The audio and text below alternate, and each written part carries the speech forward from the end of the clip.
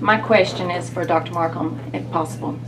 So Mr. Smith says he wants them to go to school, he wants them to get an education, he wants them to get a job.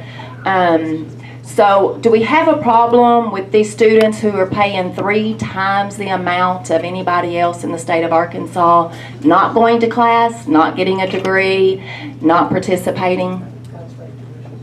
No, ma'am, we don't. Okay, thank you very much. Can I have a follow-up, please, for Mr. Smith himself? One quick one. Thank you.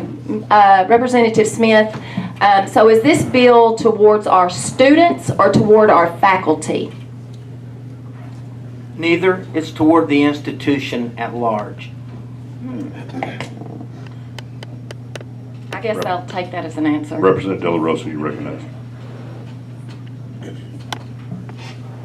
I'm going to take a bit of a more pragmatic approach here. I think I'm kind of known for that anyway, so maybe that won't surprise anybody. But it's my understanding that there are no sanctuary policies in place right now in Arkansas, and that federal law prevents sanctuary policies from being put in place, or they will lose their funding. It is also my understanding that the legislature currently and will retain the power to defund anything that we so choose to defund, including any institute of higher education that does things that we don't particularly care for. We have a yearly ability to do that. We can do it in the fiscal session and we can do it in the regular session. So my question is, why should I pass a bill to grant myself a power I already have to fix a problem that does not exist? Well, and I respect that question, but it's a little Pollyanna, in my opinion. I've never been accused of being a Pollyanna. That's great. Today's our lucky day, you know. But let me just say this to you, Representative De La Rosa. There are a lot of things that happen that, until they happen, we never considered it. And people that are good at conducting predictive analysis are paid to think about the unfortunate and unknown, those catastrophics that may happen out here prior to the Twin Towers, trade towers being flown into by terrorists. Very few people ever considered a terrorist using an aircraft to take down a structure like that. But nowadays, that's pretty common thinking. When you look at universities that relatively run smooth, and we've got some crime on our campuses, but campus police deal with that, local authorities deal with that.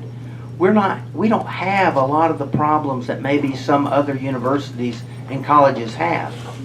But when we allow a petition such as the one that I referred, drive us to that next level, we open the door for a second and third order event. And I'm just simply saying, can't we just put the brakes on and say, you know what, we're not going to tolerate that here. I've received phone calls and emails from faculty members that say, Brent, we don't want to come out publicly, but we do support your bill, and we don't want this on our campus. And I'm just telling you, out of respect for the rule of law, respect for the Arkansas taxpayer, I mean, we're the parents that are sending our children to these institutions of higher learning. I refuse to sit idly by and let a few rogue or radical professors and misguided students take a university hostage just because it's unpopular to follow the rule of law. And that's one of the reasons I'm down here, looking ahead, being out in front of a wave. And as I told the governor, I would prefer to be a proactive legislator than a reactive legislator. Thank you, Mr. Chair. Pollyanna out. Appreciate that. Representative Starks, you recognize.